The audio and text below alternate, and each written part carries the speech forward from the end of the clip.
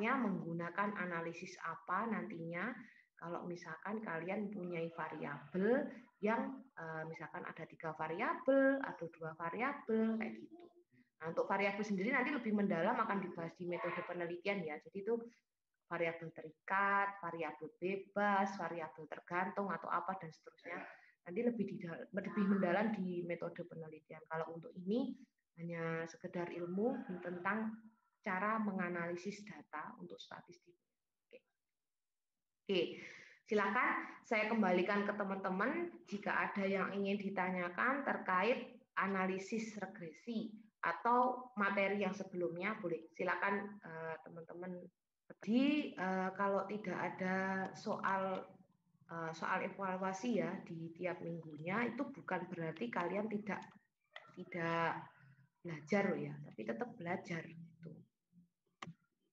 Ya. Untuk variabelnya Bu, apakah hanya batas 2 dan 3 saja Bu, atau lebih dari itu juga bisa Bu? Bisa. Tadi kan ada contohnya di variabel yang analisis regresi yang berganda. Tadi kan ada 3 toh. Nah tadi saya bilang. Nah, kalau misalkan lebih dari 2, lebih dari 1 pakainya yang berganda, terus bisa pakai 3, bisa pakai 4, terserah kayak gitu. Bisa sampai 4. Saya pernah mengalami penelitian itu sampai 4x, 4 variabel x terhadap y, boleh enggak apa-apa. Yang penting menyesuaikan kebutuhan untuk yang namanya analisis yang digunakan kayak gitu.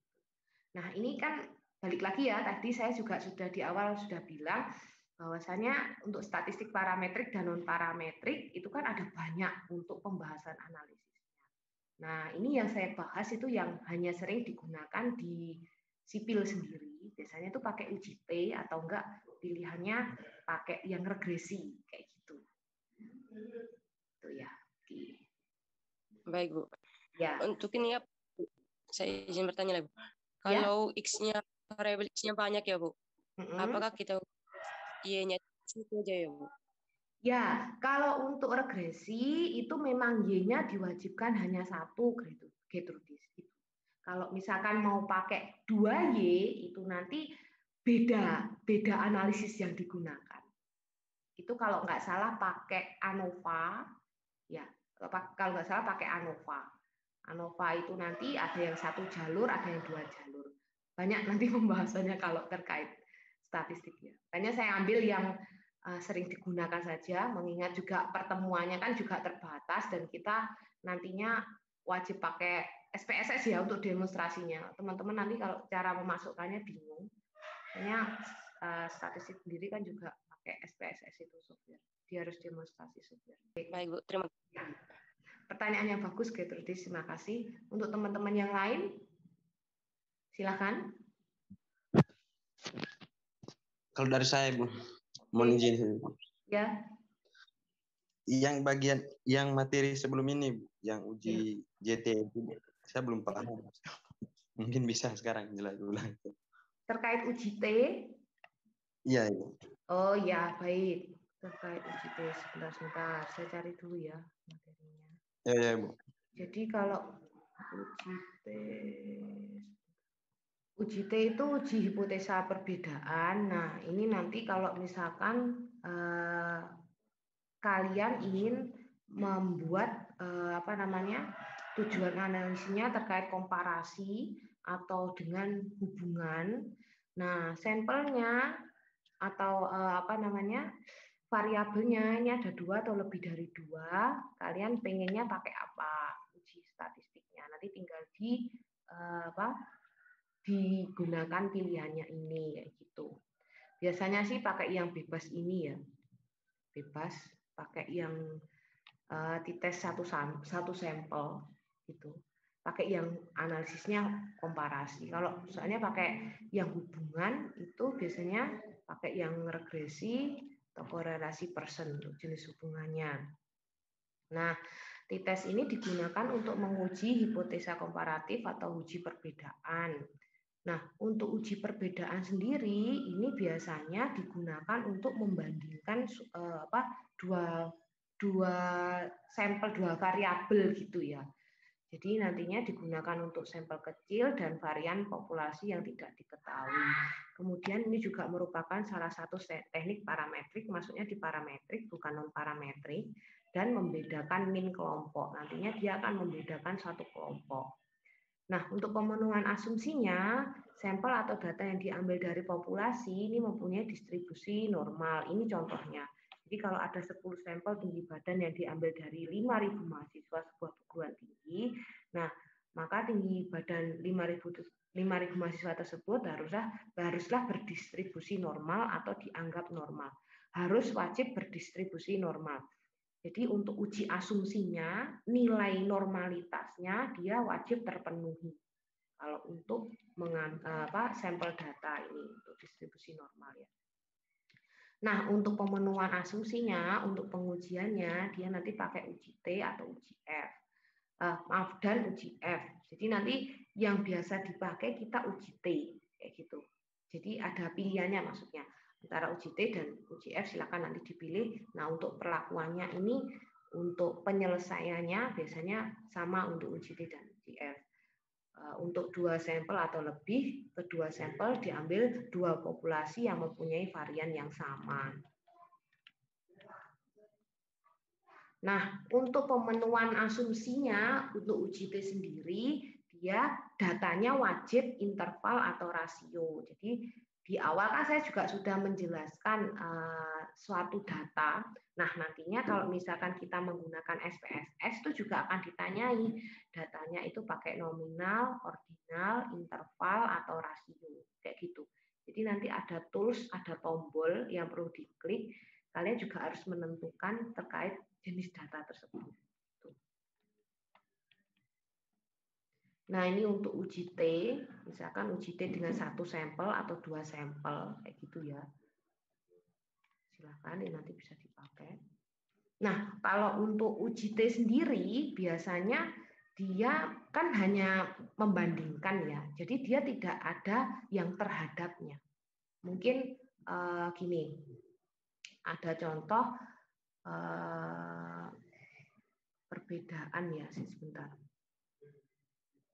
Oh ya, pengaruh penggunaan beton habis pakai, maksudnya beton sisa kebakaran dengan beton beton yang habis pakai, misalkan seperti itu. Jadi dia ingin membandingkan antara beton yang sisa kebakaran ini sama beton yang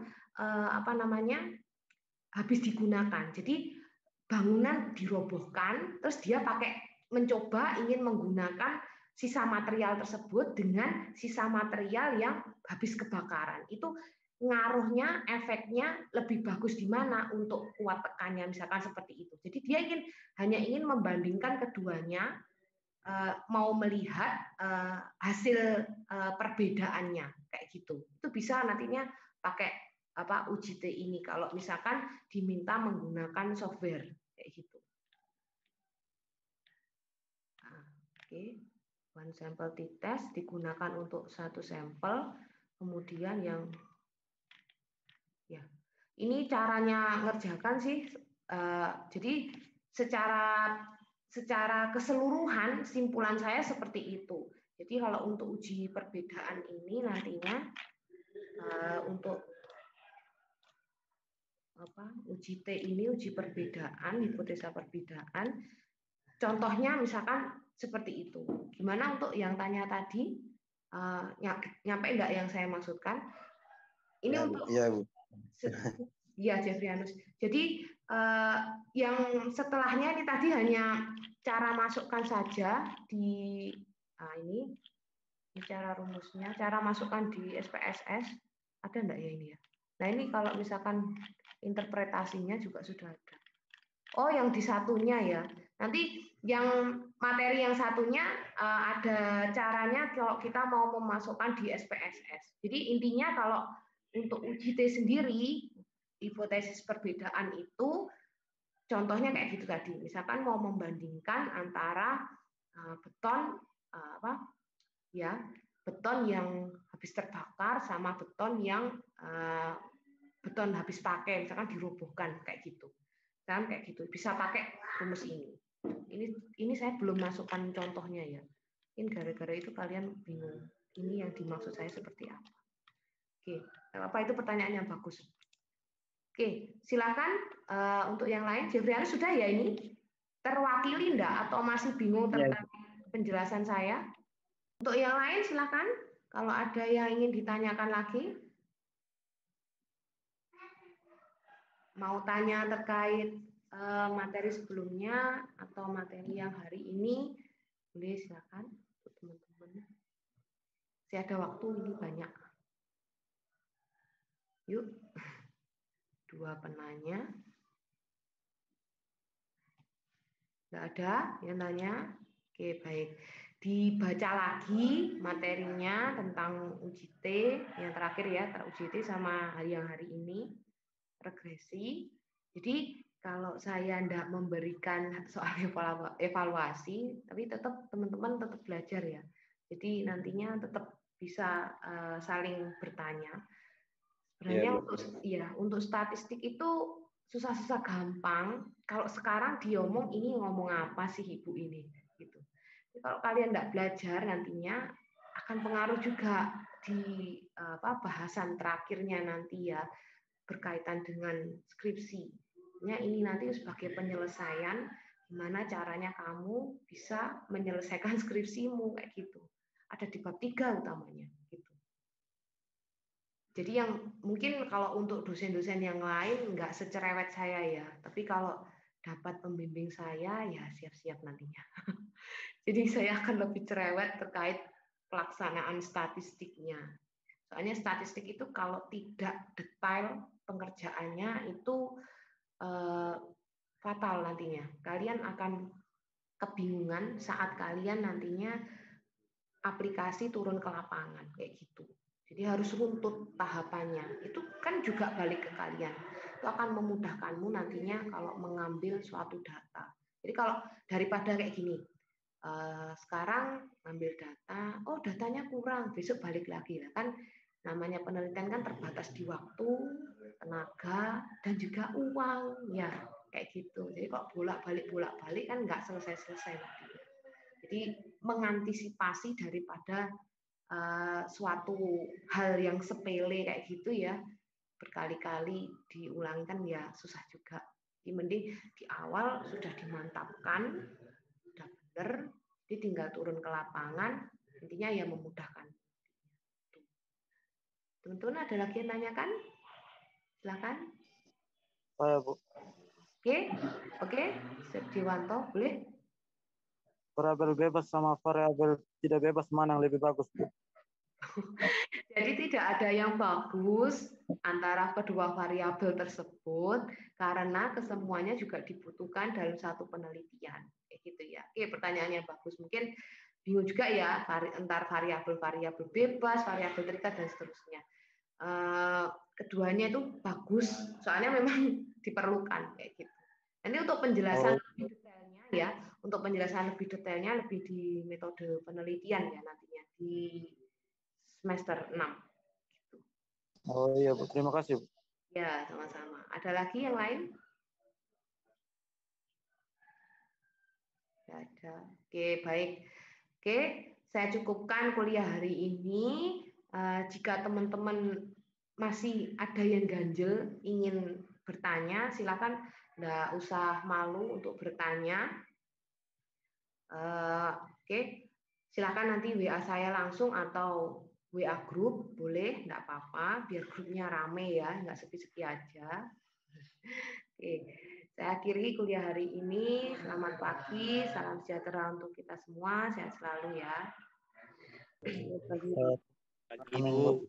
Ya. Selamat pagi, Bu. Ya, selamat pagi.